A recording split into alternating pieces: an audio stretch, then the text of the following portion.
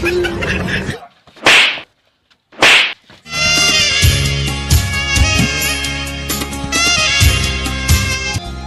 عليكم. وعليكم السلام. یاره تر نږدې ځایه پورې په سوځې په 200 روپۍ زما یاره. ای څه وایه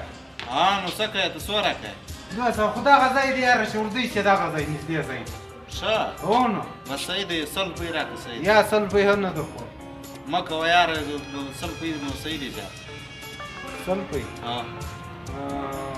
ځه ته درځه بس راځه.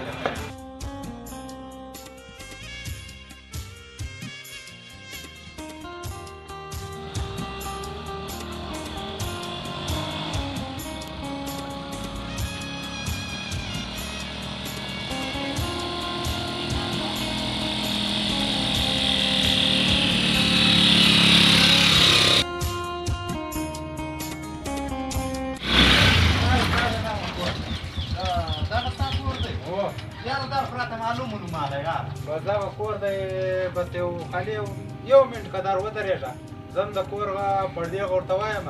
دستي راوځم صحیح ده واشه واشه زه راوځه یاره زه ځم بلې پیرې له راوړم. هو زر واشه یاره دا خو ولاړله یاره دا دغه نیسي ونه ځلي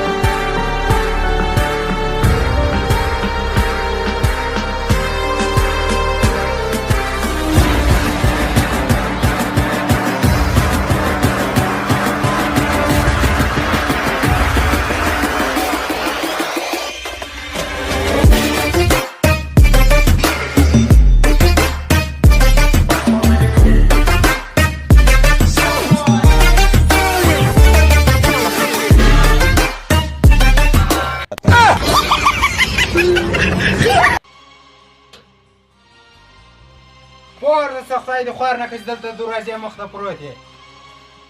غریبانان خلک یې سیوه پیره درکو دوی بیا زیات د دروازې مخ ته پروت دی خدای دې خوار نه که وایه خو دی ماښام سوی دی د تاسو زه سهار رالم اوس دا دی ماښام دی ته ستا خو زه په 2 منټه کې راوځم ګرده ورځ دې دورې په کور کې تېره کړه ته انسان یې که حیوان یې یار هلته مې کار کولی په کار لګیا سوم نو تا نه لیدل زما دا درخشې والا را روان کړی دی وروره جانه دا پیره مې راخیستې ده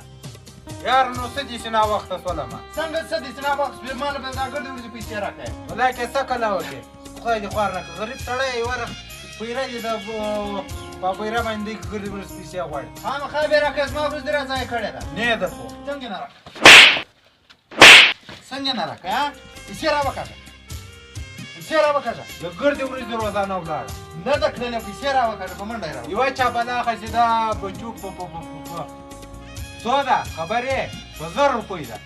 بس دا زما د پیرې پیسې راکړه به یې بس زه درته ولاړم دا رخصه دې هم د دې ودرو بچو تکلی نه سي دا زه څه کار ووایم یا وروره جانه ځه ولاړ شه ځه رخصه نن به ما له پیسې راکړه کرایه راکړه 100 روپۍ دي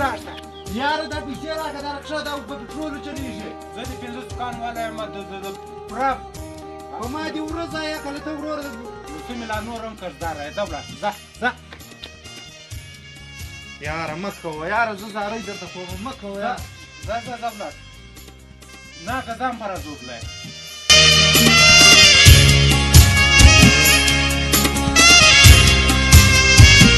سکان وایي جنجالونه کوي خدای مو خوار نه کړه